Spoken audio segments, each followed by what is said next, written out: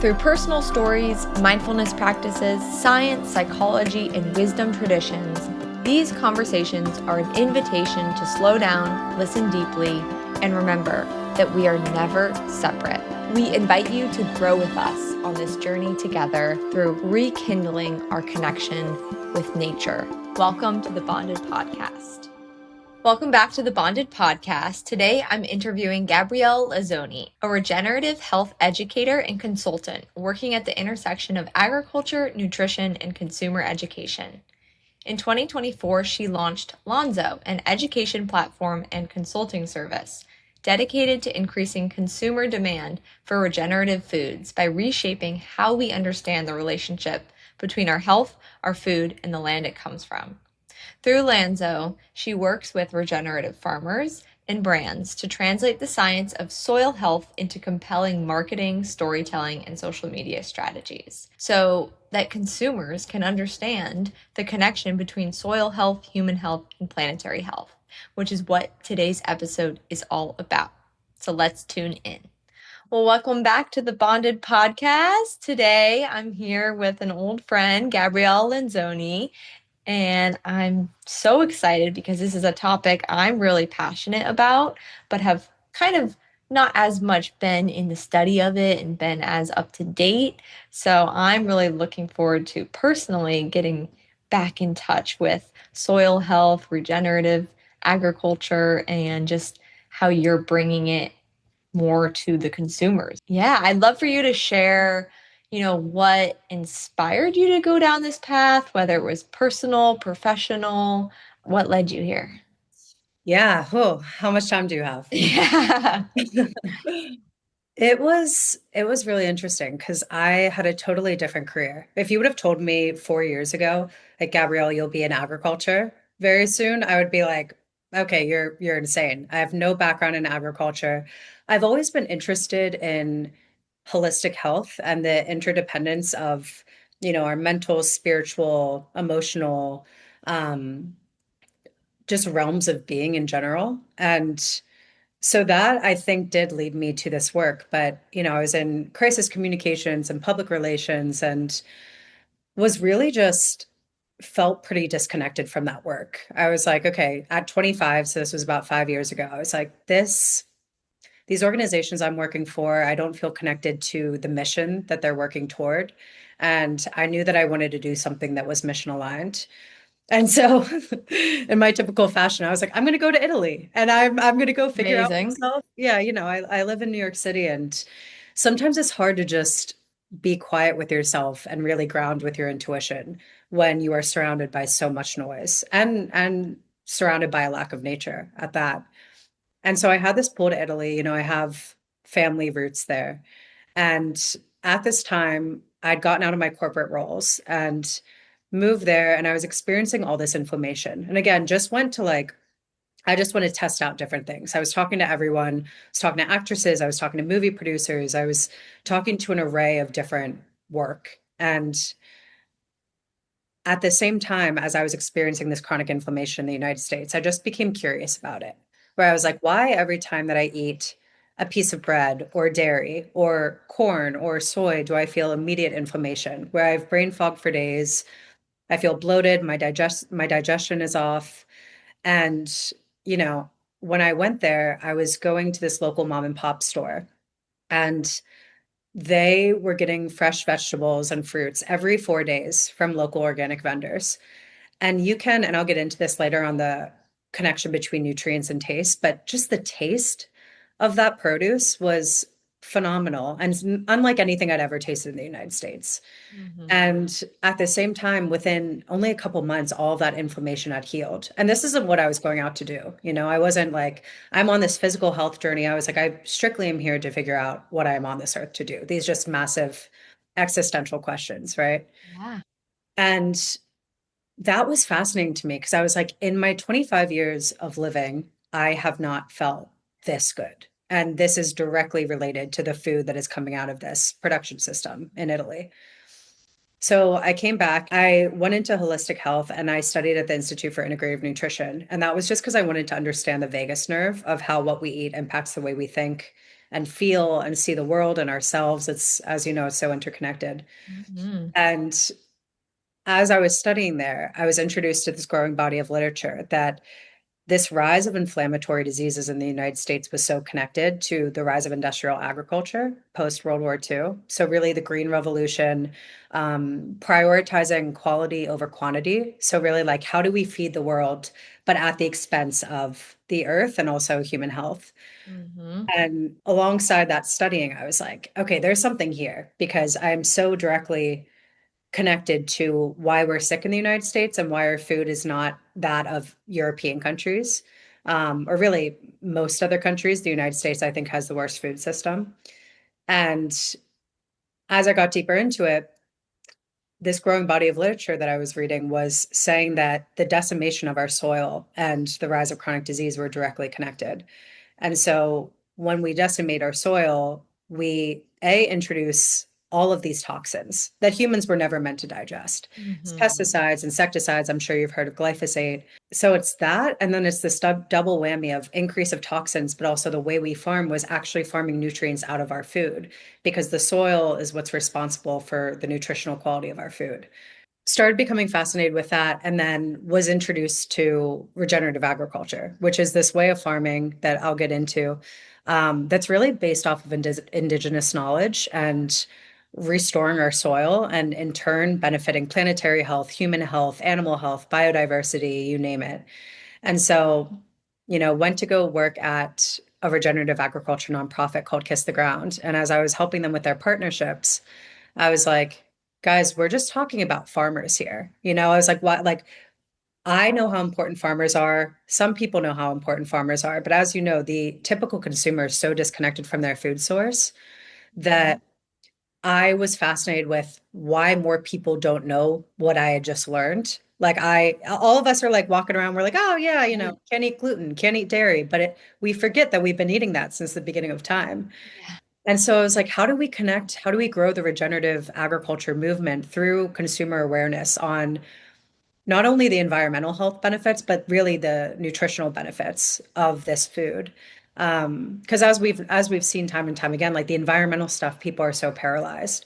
But if you directly connect it back to your brain fog or your IBS or your anxiety, your mental health, like how interconnected all of these systems are, then that was kind of, the birth of my business is how do I help these regenerative brands and farmers communicate the nutritional quality of their food to drive consumer demand of regenerative agriculture and start restoring our soil systems?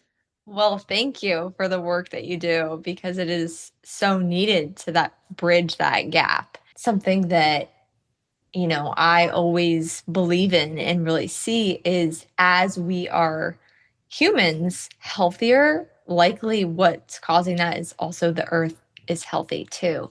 And so you're pointing to both these things of like regenerative agriculture, this way of growing food, consuming food is not only good for the planet, but also for our physical and mental. So, what is kind of the difference? You touched on it has like indigenous roots. But for newbies that are listening to what is regenerative agriculture, what is kind of the difference between conventional versus like organic? People hear that's good. So what are some of the key differences? Conventional agriculture, think of that as like the bottom. That's industrial chemical agriculture, is conventional agriculture. So if you're seeing, something in a grocery store with absolutely no certifications on it, that's usually conventionally raised. And what that means is it's usually heavy tillage, which I won't go into quite like the depth of each of these farming methods, but heavy tillage essentially disrupts the soil. And so it's actually killing a lot of these microbes within the soil, which I'll touch on later. And it is also this introduction to this array of chemicals. So all insecticides, pesticides, herbicides, and it's really meant to produce yield. So it's really about how much can we produce, not what is the quality of what we're producing.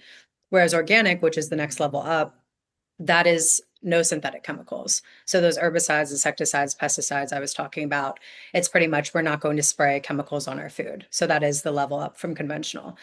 Now, regenerative agriculture slash, I think the gold standard regenerative organic agriculture, still doesn't have an agreed upon definition, but what it really is it's mimicking the way that nature works. Mm. So it's animal integration.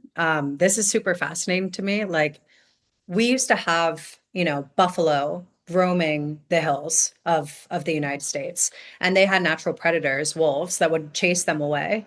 And these buffalo would actually regenerate our systems, our soil, by eating the grass, and then their saliva would go into the grass, and that's actually nutrients for this living microbiome within the soil. But they would never graze for too long, right? They would never eat grass for too long because they had these natural predators that were pushing them to different ecosystems. So one of the tenets of regenerative agriculture is actually planned animal grazing. So they'll take a ruminant, which is cows, sheep, pigs, chickens, and they'll move them from plot to plot to mimic that from nature so that they're grazing, their poop and their saliva are going back into the soil. That's actually acting as compost and a natural fertilizer rather than using a Mhm. chemical fertilizer. But then they're never grazing for too long. So then they go to the next plot of land. Also, monoculture is not like if you see a whole field of corn, that's not natural. Like if you think about a forest, right? You see all this biodiversity. You don't just see a bunch of pine trees. You see pine trees mixed with a bunch of different vegetation, mixed with a bunch of different pollinators and animals. So another tenet of regenerative agriculture is also having multiple different like cover crops. You plant things, you plant multiple different crops rather than just one crop. And again, like if we had more time, I would go into Yeah. how cool that is Yeah. of like with integrated pest management, like what these microbes are doing for say potatoes versus corn. They're all working synergistically underneath the soil to prevent those different diseases. But monoculture is more disease prone. One crop planted by itself is more disease prone. Um, and so, yeah, so there's multiple different principles of regenerative agriculture, but really it's coming back to mimicking the way that nature works in order to prioritize soil health and living roots, to sequester carbon and feed the microbiome within the soil to then produce a healthier planet, people, animals that are eating those foods, just all, the whole cycle. As I've, started to learn more and more about regenerative agriculture, soil health, human health, it all just like makes sense. You're like, wow, it if we just take care of one thing, they all kind of are connected and they lead to taking care of the next thing and the next thing. And I'm curious just from because you are in more of like a marketing education role in bringing this to consumers, does this click with people when you're like pretty quickly, or is it something that takes more time to really land? So it's interesting because when I'm describing this to people, to friends right in front of me, I can see their eyes light up, right? It's like when you say agriculture, farming, soil, people are like, checked out. But when you're actually talking about this, it intuitively makes sense to the human being. We've just Mhm. never really been taught, any of us, about our agricultural system and in our education system, right? So when it's face to face with friends, I can see it absolutely catching on. What's been tough with the work that I'm trying to do is that in terms of social media, we're fighting against the attention economy, right? So people's attention span is like the research coming out right now is about 3 seconds until they flip to the next thing. And how do you describe the benefits of this in 3 seconds? And so there's amazing documentaries on this, like the Kiss the Ground series, uh, Mhm. Kiss the Ground, Common Ground. They they do a really good job at explaining this, and I feel like more short form documentary style, like that's when you're starting to see this movement really rise. But in terms of consumer education via social media, that's been more of like okay, how do we really have consumers latch on to this? And that's what I'm fascinated with. That's really what I'm trying to do with my business is what exactly can we say that makes people understand the importance of this and actually shift how they buy food? Our listeners will definitely have to follow you along on this journey. And just by listening to this podcast and sharing it, everyone can do their little part in spreading this awareness. Um, but Right. one thing that I want to, yeah, now get into, you've been starting to point to it, soil health and the microbiome. And, there's been over the last 10 years, a lot more people talk about gut health and our microbiome. And the soil has a microbiome too, and people don't really realize that. So I'd love for you to share, what is like healthy soil, started to point towards diversity.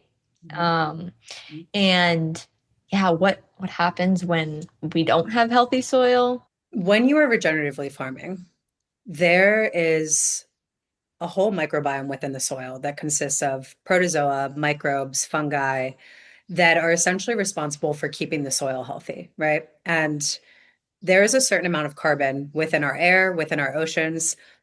When our soil is alive and healthy, it actually acts as a living carbon sink. And so the soil organic matter is incredibly important. It's an incredibly important indicator of how healthy that soil is, what it's doing to offset carbon emissions in the air. Because one point that's important to say is that carbon in the air and the water equals bad, but carbon in the soil equals good. That's actually what are feeding all these microbes, protozoa, fungi, and then all of the microbial system, the microorganisms within the soil are then acting to sink that carbon, produce healthy food because it actually also is responsible for nutrient cycling within the food. And then if you think about it, then those animals eat those foods, and then we eat those animals or the food that is growing from that soil.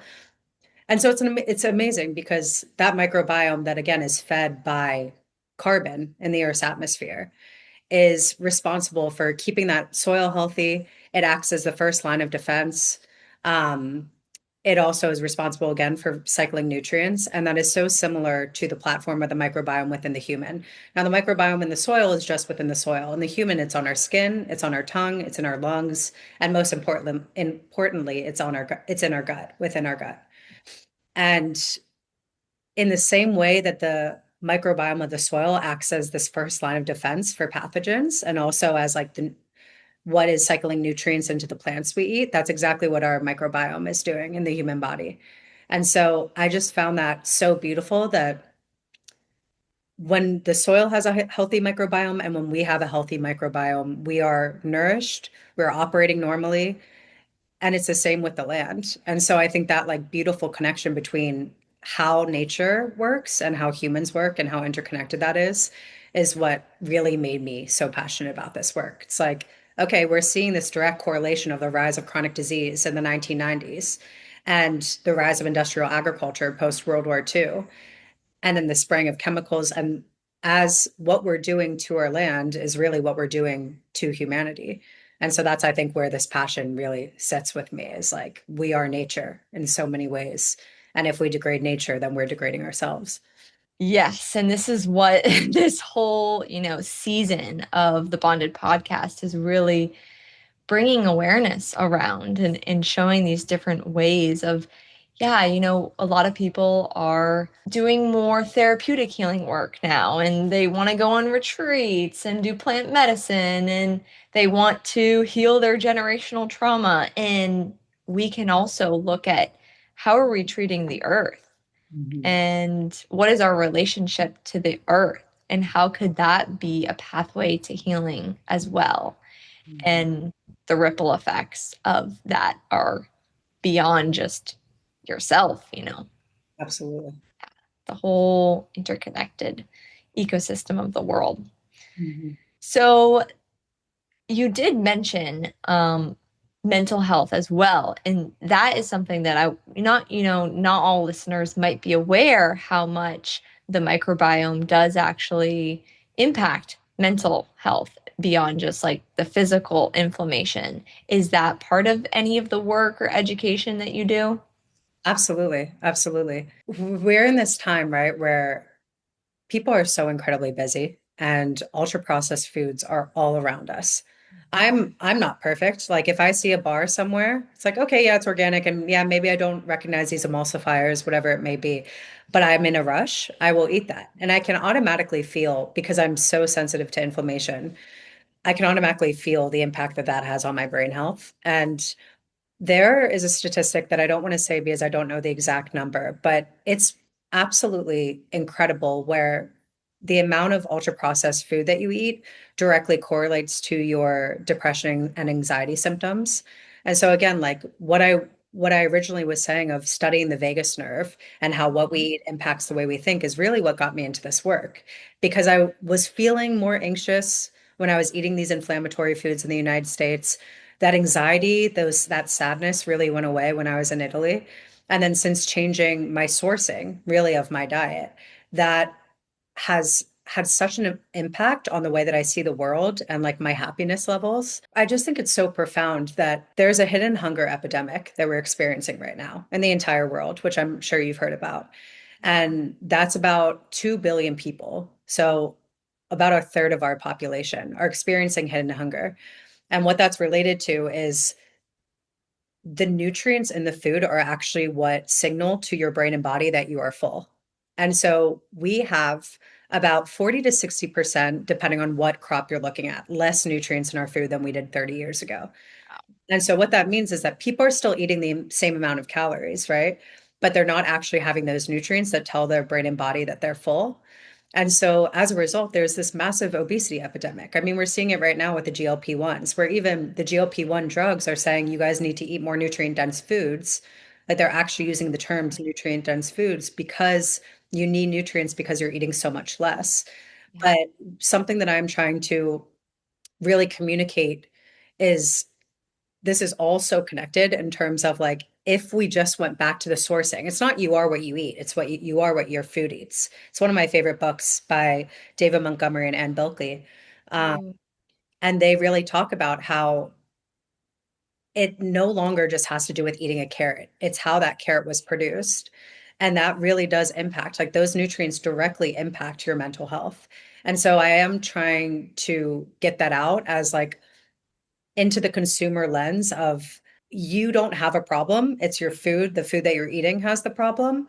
And how can we introduce people to this way of agriculture where they can immediately feel not even just physical benefits, but like truly what really matters, which is the mental health benefits, which then, if your mental health increases, that's what gets you up. That's what gets you motivated and wanting to go work out. And all it's a ripple effect, right? But it all starts with the sourcing of your food. So, yeah, the mental health piece is a really fascinating topic for me. Yeah, it is such a, close to our hearts on the podcast. Yeah, And, you know, with food, I feel like we're in like a food obsessed culture. You have to be aware of like the other side too of being too obsessed about like looking and making sure like this is the right food for me, being kind of like afraid of foods that might cause inflammation. So there's kind of like that balance that I imagine you have to walk, and I walk personally. Um, absolutely. Yep. yeah, I'll find a walk. yeah, exactly. Like being human, like, okay, we're gonna do our best, and we need to be practical sometimes. Absolutely. And one thing I will say about that too, this is research that has absolutely fascinated me. So, on the same note as the microbiome, I'll never forget this that my friend Sophia, a few years ago, actually before I left for Italy, so about 4 years ago, she had said to me, it was when I was really gluten intolerant. And like anytime I had one bite, I would just be immediately inflamed. And she had said to me when we were at dinner, she was eating pasta. And I was like, I thought you were gluten intolerant too. And she was like, I really believe that energy that you put into the food that you're eating impacts how it's digested. And that has actually been proven. So like if you are having drinks, right, alcohol, which is a neurotoxin, if you're having that alcohol within good company, then the inflammatory marker is actually lower. And that's same Wow. with like all of these blue zones. One of the commonalities is that they're eating within their community, right? And so their inflammatory markers are significantly lower than if you're eating alone and you're eating this super, you're eating this salad, you're on a really strict diet, but like again, these microbes within our body that is digesting this food, they listen to what we say to them. So that's been a really interesting thing for me to try to do of okay, if I'm going to have this ice cream, if I'm going to have this pizza, like I'm going to enjoy it to its fullest rather than be like, "Oh no, I'm about to be super inflamed," because again, there's actual scientific research that says that it does impact your inflammatory markers. And so that's something to be said for that too of like really changing the mindset of how you approach foods that are inflammatory. I love that. Thank you for sharing, yeah, a little bit more in depth. And yeah, I'm familiar with the blue zones and community. I just love that the fact that that is just a similarity Mhm. in all the zones. You know, the food might kind of shift and change, but this sense of connection, which is all what we're about at the Bonded podcast, is how we heal in connection. And relationships are just, yeah, such a pathway and a need for humans and well-being. So, and what we're exploring more is now, what if we think of the earth and natural elements as kin as well, as family, as community, so that it's not just humans that we need to connect to for our wellness, but really the trees in our backyard. What if we develop a relationship and family with them? Mm. So. Big time. So, Mm-hmm. So I'd love for you to share, any practical invitations for people that, might want to learn more, might want to start purchasing some regenerative products, or like where do you like to direct people where they're not going to get like overwhelmed, like, mm, oh my God, I have to change everything, but like, okay, where can we begin? absolutely. I would say, and not everyone has this opportunity, but buying directly from farmers and forming a relationship with your farmer is the most profound way to make an impact. Because not only does regenerative agriculture and the way that you produce food make a difference, but also how close it is to your area. So the locality of food really matters also for increasing the nutritional quality. So if you're going to a farmer's market, if you do, the people who are listening have that nearby, um, as soon as a food is harvested or picked, the clock starts ticking in terms of the nutritional quality on that food goes down. And so if you're getting a strawberry in the middle of February from New Zealand, um, then and you see that strawberry is really pale, right? Like this is something, quick side note, this is also really interesting to me, that our bodies have this innate wisdom that what is more beautiful and what is more tasty and delicious is actually what's better for you. So if you see the deep red of a strawberry in August and it's from a locally grown farm, and you taste that strawberry, you're actually tasting the nutrients. So it's what's giving it its color and it's what's giving it its taste. If you taste a strawberry that's been shipped for weeks from New Zealand and sprayed with chemicals and you taste it and it's super pale and it has absolutely no flavor, that means that you're not getting any nutrients. So that's another thing is like people say, oh, you go to these European countries and you have a tomato. It's like the reason that you've never tasted a tomato like that is because it's out of season or it's being shipped from different countries, whatever it may be. Mhm. So one way, like rather than going and making a relationship with every farmer at the farmer's market or local farmers nearby wherever you live, one way is by just starting to like form relationships with them and ask them about their practices. I live in New York City, so as soon as I got into this space, I went to Union Square Green Market, which is this massive farmers market, as I'm sure you know, and like 70 vendors. And I went to every single one. How do you farm? You know, what chemicals do you use? All of this stuff. And forming a relationship and then start eating from those farmers. And so I think that's the most beneficial way. But if you don't have the leisure, um, or the opportunity, I would say, to go to these farmers markets, there's a few different certifications that signify, a regenerative brand. And so you'll see ROC, Regenerative Organic Certification.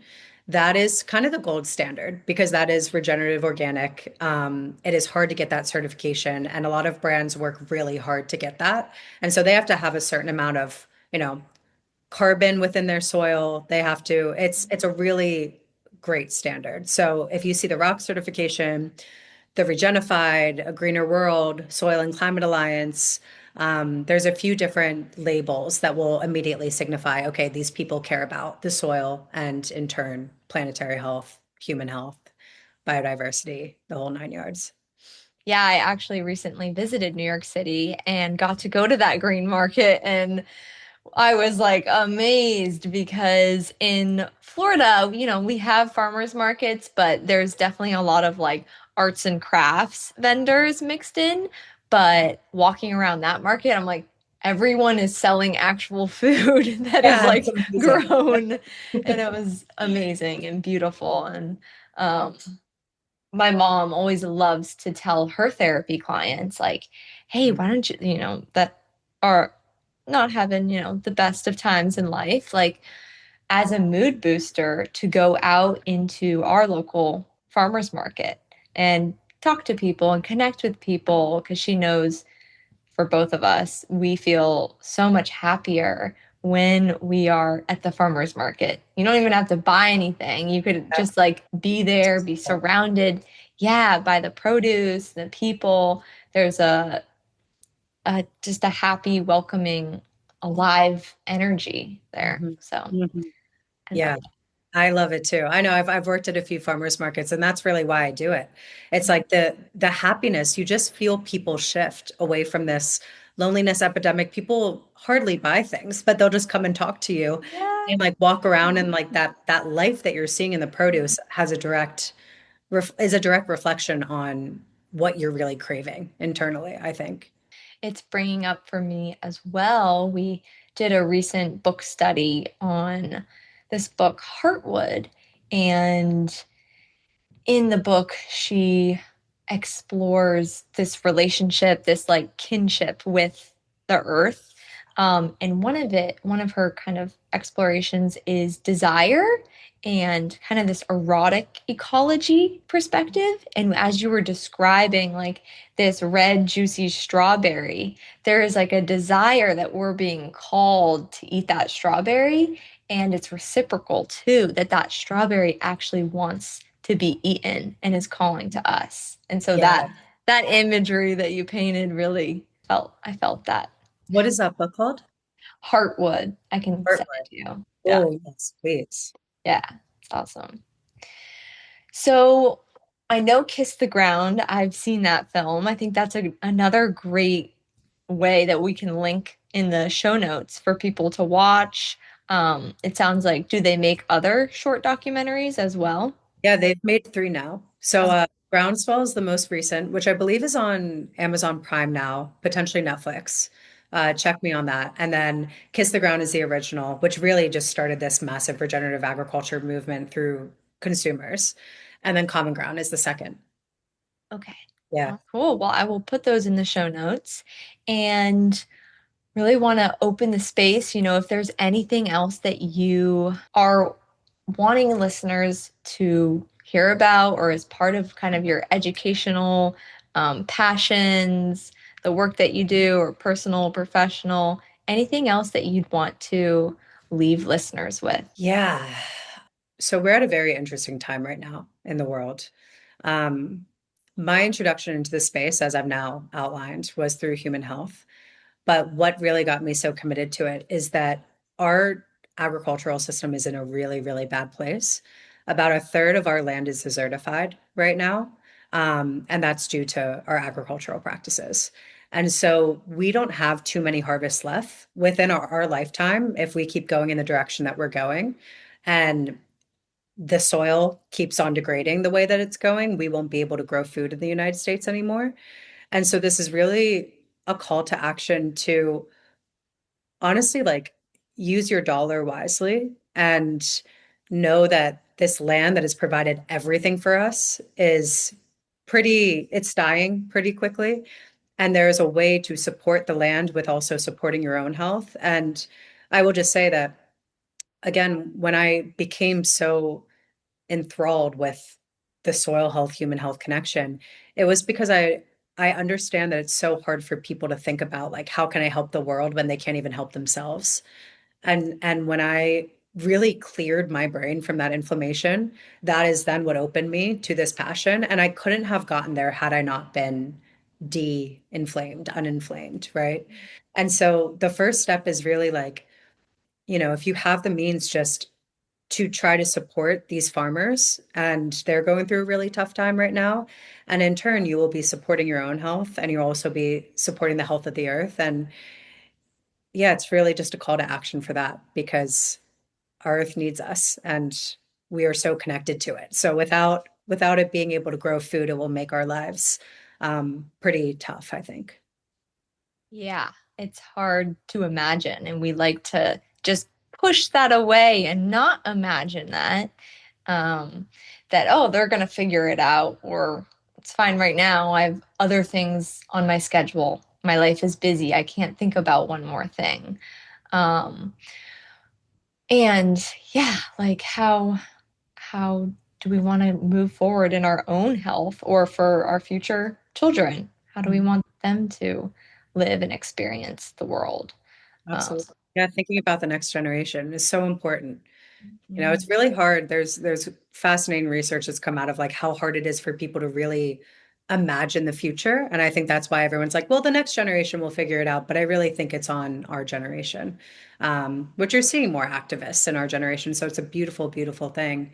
But yeah, it's doing this for the betterment of the world and our kids and all generations to come. Beautiful. Well, thank you for the work that you do and for coming on today. It was such a joy to get like re-inspired to be part of this initiative and bring Yeah. more awareness in my own community. So, Yeah. thank you. Thank you so much, Lizzie. It's been fun. Yes. And you're welcome to share any of your, social media website handles, and we can also put them below. Yeah, absolutely. So I'm doing a massive rebranding. But it will be www.lanzohealth.com, Lanzo. And then my Instagram is also at Lanzo Health. Okay, wonderful. We'll stay connected. Awesome. Thank you so much. Thank you for tuning in to this week's episode. If it spoke to you, it'll probably speak to someone you love too. Share it with a friend and leave us a 5-star review to help spread the message it's never too late to heal.